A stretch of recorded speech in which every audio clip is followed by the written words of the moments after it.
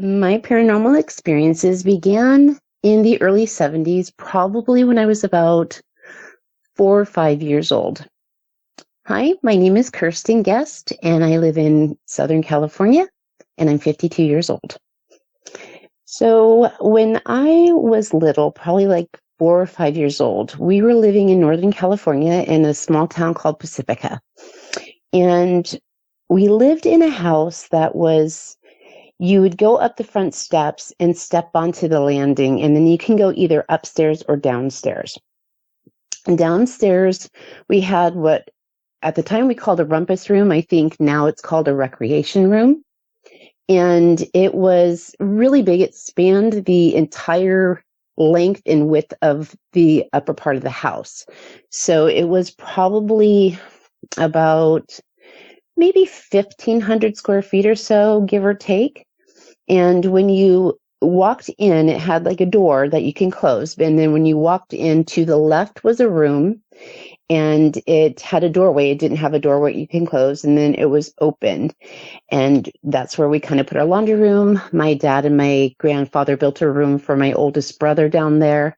And then the rest of that big part of the room we used for recreation and stuff. And the room to the left, when you walked downstairs, that just had the doorway, it had a small, I wouldn't call it a crawl space, but you can store things in there. And it was kind of like a cutout, and it was dirt. And that room, from the get-go, it didn't feel right to me. And I was pretty young, so I think it was fairly true. They say the young are pretty sensitive to the paranormal. And I could not go in that room alone without having a panic attack. It scared me. And it so happened that room was underneath my bedroom. So for years, up until we moved in 1980, I just had this fear of that room. And I just felt like something evil was there. Something wasn't right. And I don't know if it was because of that little creepy cutout space that we could use for storage or what, but it just didn't feel good. And even when we moved to San Diego in 1980, I would have nightmares about that room. Just like I remember even talking to, I would assume ghosts. I would have like conversations and stuff with them. I don't know if I was hearing anything back, but I would talk.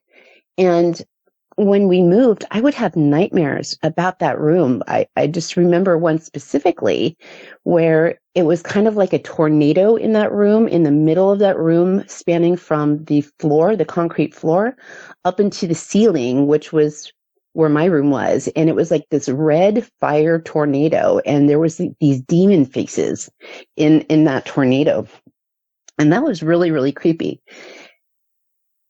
So we moved to San Diego, or Chula Vista specifically, in 1980. So I was 9 because I was born on December 31st. So I was 9, and it was September. And I have 2 brothers that are 8 and 10 years older, and then my mom and dad. And my family was outside waiting for the moving truck, and I was inside. And we bought this house while it was still being built. And I need to point out, too, the house in Pacifica, we were the second owner. So, and it was a fairly new house. So I don't know what caused all these things.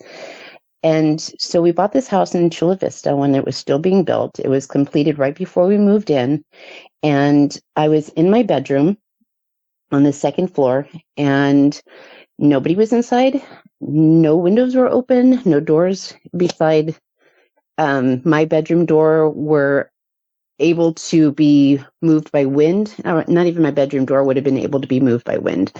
So I'm in my room, and I'm on the floor putting something away in my closet. And all of a sudden, out of the corner of my eye, I see my bedroom door closing really, really slowly. I kind of look over, and it closes and clicks shut. Now, nobody's in the house. Everybody's out in the front. And then I see the door handle move, and the door slowly opens again. And I thought to myself, oh my gosh, what was in Pacifica has now followed me here.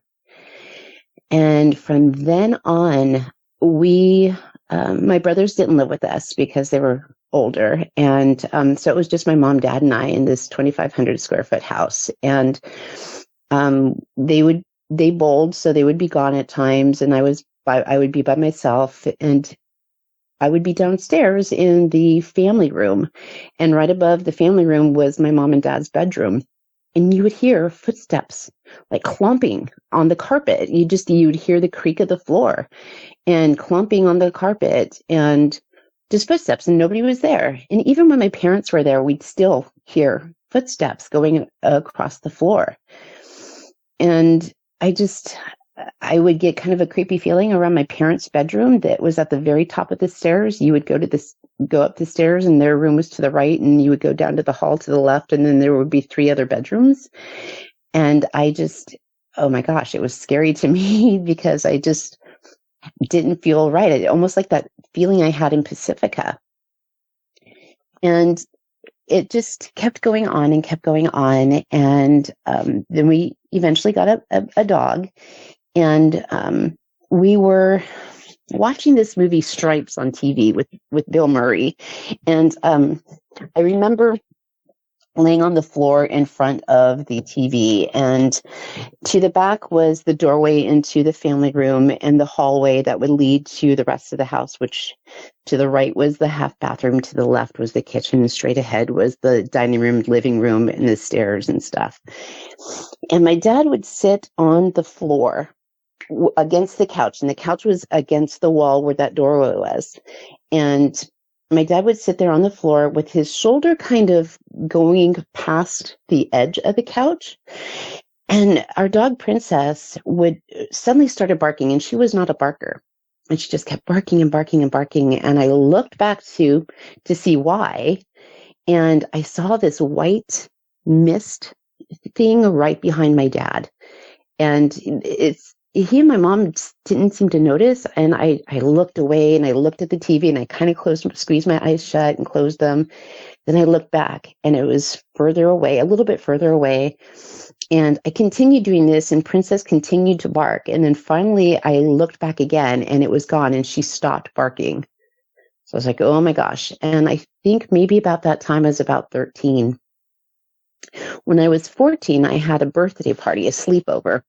And as girls do, we're kind of giggly and telling each other ghost stories and playing light as a feather and stiff as a board. And just kind of, I don't know, trying to scare each other. One of my friends brought over a Ouija board. Now, I do not recommend those. You can open a lot of bad, nasty juju stuff with those things. And, but, being 14 years old, we didn't even think about it. And it's the dead of winter. And so we started playing it, and we asked if there were any spirits in this house, and nothing happened. So we thought, okay, we pushed it against the wall. Now, when you walk into the house, and we were in the living room, so when you walk into the house, there's kind of like a floor to ceiling half wall. And then it opens up to the living room, and it's a step down. It was a step down living room. So we pushed that Ouija board up against that half wall, and we went over to the dining room, and nobody was around this Ouija board. Now, the planchette was pointed at the eye, the first eye on the name of the board. And we had left it pointing to the eye. We went to go play with it again, and the planchette had moved to point to yes. So being the 14-year-old preteen girls that we were, we start freaking out. And we turned the lights off, and, we're kind of huddling together, and we look at the stairs, and we see that white mist shape on the stairs. I believe there were 14 steps in this house, and it was probably on the 3rd step from the top, down from the top. And so we are kind of screaming at this point. My mom and dad were already in bed. My grandmother was staying in one of the other bedrooms and stuff, and they weren't awake. And we're like, okay, we can't be too loud. We don't want to wake them up, but what is that thing on the stairs? And I tell my friends, I go, okay, nobody go in this house alone. And we decide to run up the stairs to go to my room because I'm thinking in my mind, we need to get some religious relics to try and ward off whatever this thing is. And we run up the stairs. A couple of us passed through this white mist thing, and it was cold and almost like it was damp a little bit. And we go into my room, and I had 2 rosaries. One was blessed and one was not. And I grabbed I grabbed both, but the one that wasn't blessed actually broke apart into pieces when I picked it up. And I noticed, it's the dead of winter, I noticed my curtains were moving, like a wind was blowing in. So we really, really freaked out at that time. We ran back downstairs and we just were awake for the rest of the night. Through the years, those footsteps continued, and those creepy mist form continued. I have to point out, when we moved to Chula Vista and bought that house, Chula Vista is 7 miles north of the Tijuana border. And so a lot of migrants would come through there. And I don't know, it was canyon, so I don't know if maybe something happened on the site. And years later, probably like 4 years ago, I went past the house in Chula Vista because I moved away, obviously, when I was an adult and had kids of my own. And my mom sold the house. My dad passed away in 1999. And my mom moved to Orange County, where we live now, in 2003. And so I went past the house probably like 2020, and I took a series of pictures of the house from the outside. And I had my car window rolled down, my camera, my cell phone camera was clean, the lens was clean, and I took a series of pictures. And it wasn't until later, when I was going through the pictures, in one of the pictures, there is a white mist form on the street in front of the house. It's in none of the other pictures. It was broad daylight. And noticing, looking in the upper window, it looked like there was somebody, like a dark figure, looking out at the car. And I thought, oh my goodness.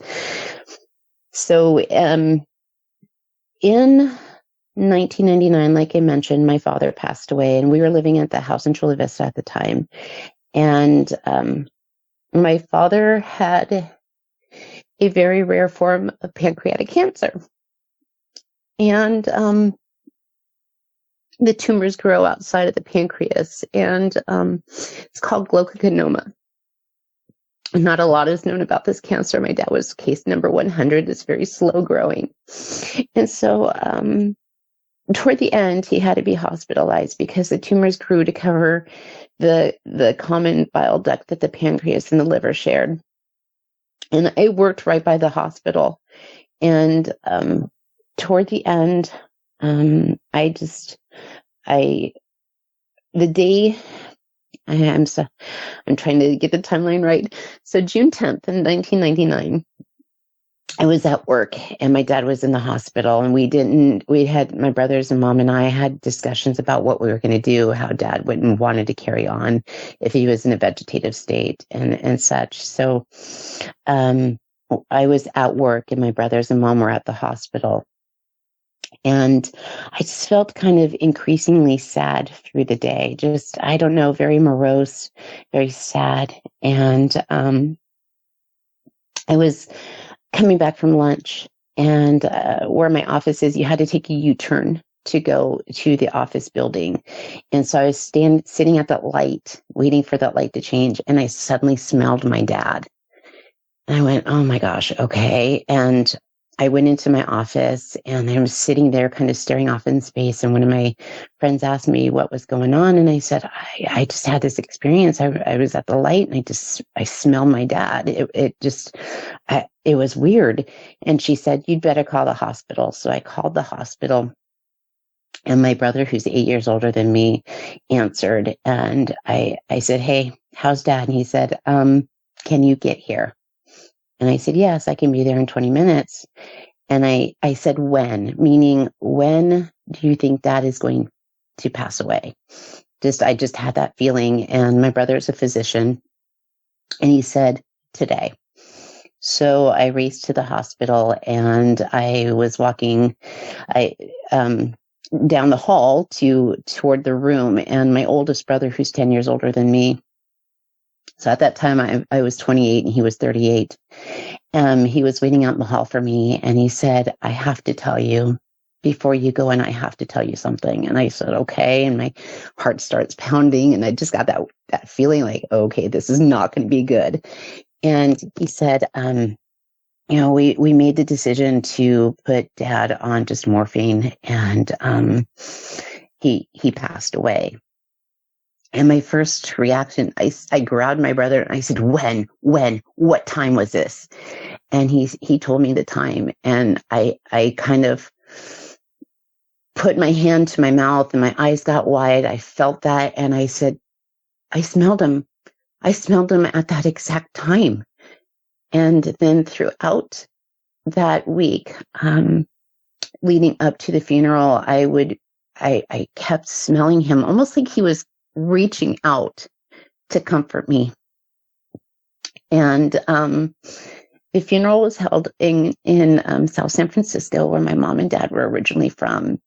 And it was a closed casket for the most part. And my mom allowed the casket to be opened for those who wanted to say their goodbyes. Like my oldest brother did. I wanted to see my dad. I was very much a daddy's girl.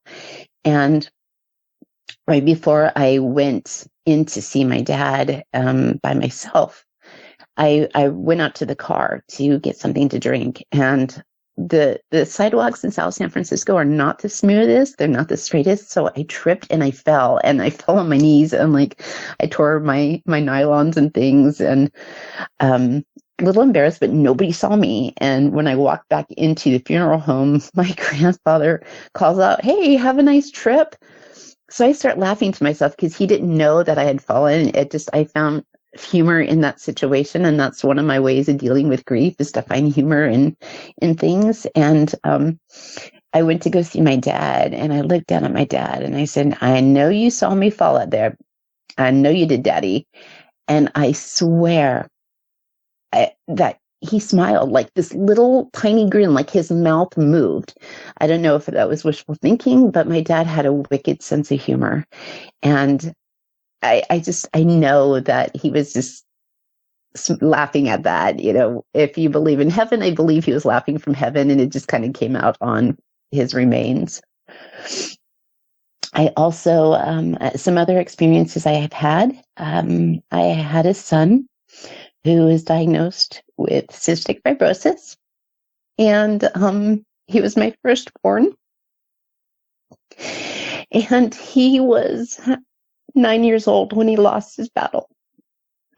I was pregnant with my now 20-year-old when Tyler passed, and I guess it would be his and I shared paranormal experience, is that he and my dad were buddies. I was a single mom for a very long time, and he and my dad were very, very close. And Tyler would say things like, if I would go check on him, he'd say, shh. And I'd say, what? He'd say, Papa's talking to me. So my mom and dad's anniversary, at the time that Tyler died, if my dad had lived, it would have been their 32nd anniversary. But Tyler didn't really know, because 9 years old, he doesn't pay attention to that kind of stuff. So on May 29th, he said, Mom, he was in the hospital, and he said, Mom, I want to call Nani, which is Italian for grandmother. And that's my mom. That's what he called my mom. And so I said, okay. So I called and I said, hey, Mom, Tyler wants to talk to you. So we got on the phone, and he went, Figaro, Figaro, Figaro. And my mom kind of laughed, and he goes, happy anniversary. And my mom went, what did Mom tell you? And he said, no. She said, well, how did you know it was mine and Papa's anniversary? And he goes, I just knew. And on May 31st, Tyler, the nature of cystic fibrosis is it does lung damage. The more they're sick, the more damage it does. And Tyler's lungs were bad. He had to be put on a ventilator at one point, and we were able to wean him off. And this is when we weaned him off that he was coherent. And on May 31st, his oxygen levels plummeted, and he had to be intubated again. And I knew at that moment that I was going to lose him. And when they were going to do the intubation, I looked at him and I said, "It's okay, baby. Mommy loves you. I will always be here for you." And then he was, of course, he was put into a coma. And about 3 o'clock the next morning, the alarms were going off. His oxygen was pretty much at the end. And I leaned in and I said, "It's okay, baby. If you want to go with Papa, it's okay." And at 4:59, he passed away.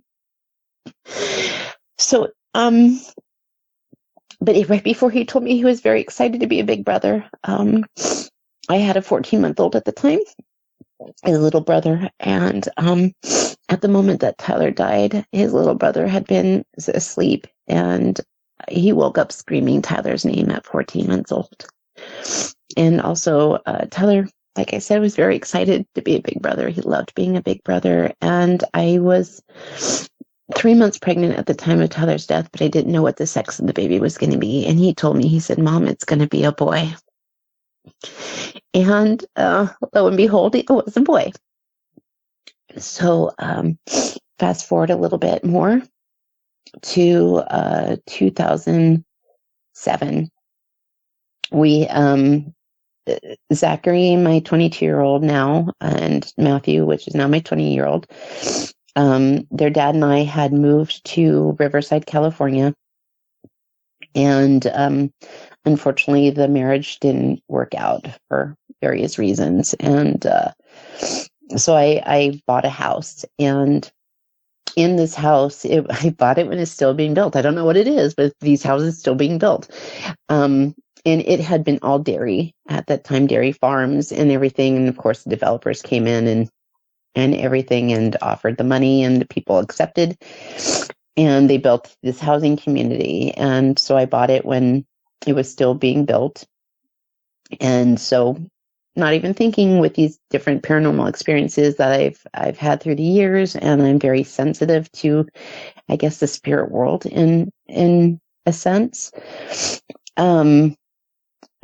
I ran a home daycare out of my home, and it was fairly soon after I had moved in, and I was alone in the house with one of my clients. He was probably about a year old or so at the time, and the house was a really big house. It had a bedroom downstairs and everything. And in that bedroom downstairs is where I had the cribs and the day beds and stuff for the toddlers to sleep in. And I don't know, I always felt a little uneasy in that part of the house, and didn't really think anything of it. And I had a baby monitor. And all of a sudden, I'm sitting there at the kitchen table, and with this little boy, and this voice, I heard like this voice talking on the baby monitor, and it wasn't like somebody was having a conversation with somebody else, and it was just a weird cross with the whatever you would call it. You hear about those stories where baby monitors pick up some different kind of wavelength and such. This was coming directly from that room, and was a very low, kind of deep voice. And I couldn't make out the exact words, but I just remember clutching this little boy going, "Oh my gosh." And I would not keep my back to the hallway leading up to that room from the kitchen. And so my 22-year-old Zachary, he started telling me, he said, "Mom, I'm seeing somebody or people. I'm seeing people in the laundry room," which was you would go up the stairs. The laundry room was up the stairs, and it was a very big landing. And like I said, it was a 3,500 square foot house. So it was a very big house. And you go up the stairs, and to the right and down the hall are 3 bedrooms and the laundry room. And he kept telling me, I'm seeing people standing in the laundry room, these dark shapes. And I would hear, like I said, I had that voice coming across, and I felt uneasy in that part of the house. And that room was underneath the laundry room.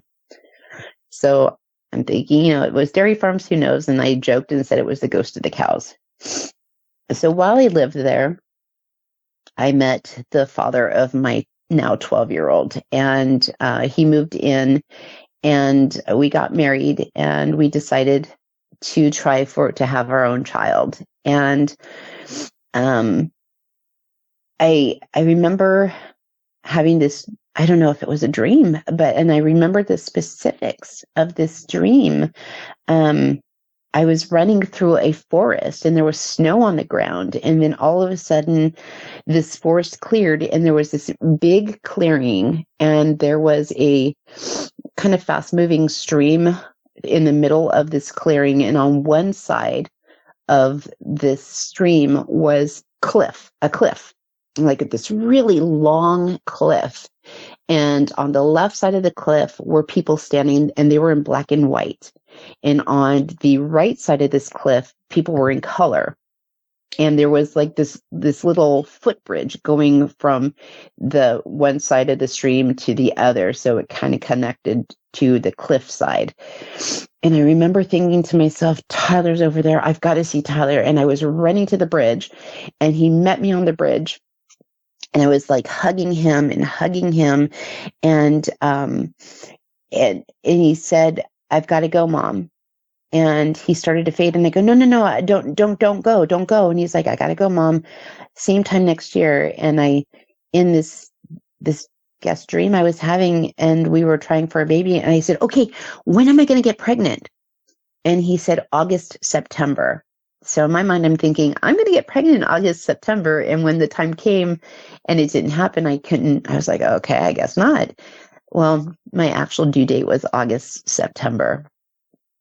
I thought that was kind of like Tyler reaching out to let me know. There was another incident that I just remembered that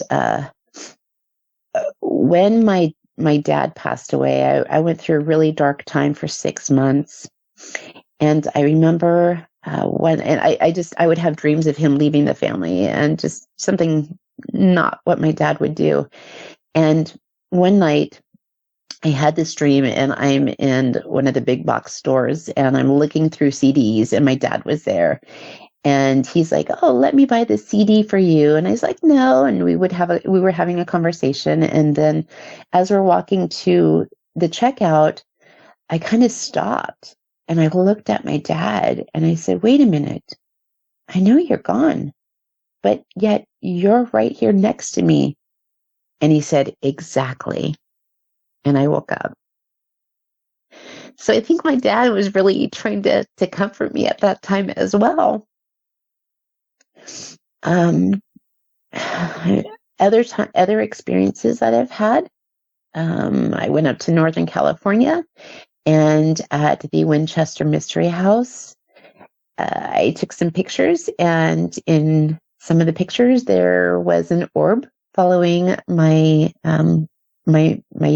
middle son Matthew, and he was probably about 4 years old at the time.